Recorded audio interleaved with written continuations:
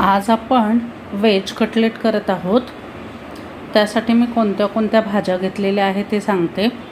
बटाटा उकडून खिसून घेतलेला आहे, गाजर खिसून घेतलेला आहे, बीट खिसून घेतलेला आहे, सिमला मिरची बारीक कापून घेतलेली आहे, फरसबी बारीक कापून घेतलेली आहे, कोथिंबीर बारीक कापून घेतलेली आहे।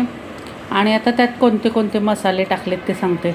चाट मसाला टाकलेला आहे, भाजलेल्या जिऱ्याची पूड टाकलेली आहे, आमचूर पावडर टाकलेली आहे, चाट मसाला टाकलेला आहे, मीठ टाकले चवीनुसार, अद्रक खिसून टाकलेला आहे, अजून काय बरं, एवढ्या सगळ्या भाज्या मसाले टाकलेले आहेत।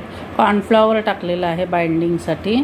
आणि आता हे चांगलं मॅच करून मळून आपण हे गोळे करून घ्यायचे। अशा प्रकारे मी व्हेज कटलेट बनवत आहे।